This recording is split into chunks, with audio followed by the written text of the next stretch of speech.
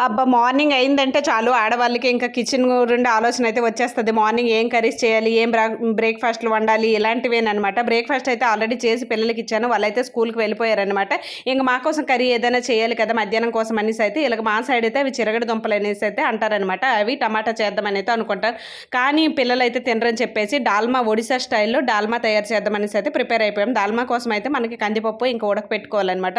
చాలా టేస్టీగా ఉంటది. ఇది ఒడిశా ఫేమస్. ప్రతి ఒక్క ఫంక్షన్‌లో ఒడిశాలో మీరు ఎక్కడ ఏ హోటల్‌కి వెళ్ళినా సరే డాల్మా అనేదైతే కంపల్సరీగా ఉంటదనమాట. దానికోసం ముందుగా మన దగ్గర ఉన్న వెజిటబుల్స్ అన్నీ కూడా బాయిల్ చేసుకొని లైట్‌గా బాయిల్ చేసుకోవాలనమాట.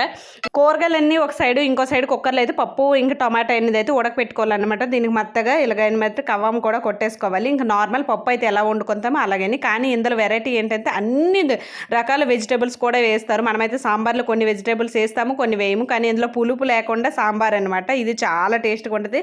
తప్పకుండా ట్రై చేయండి. Bye bye.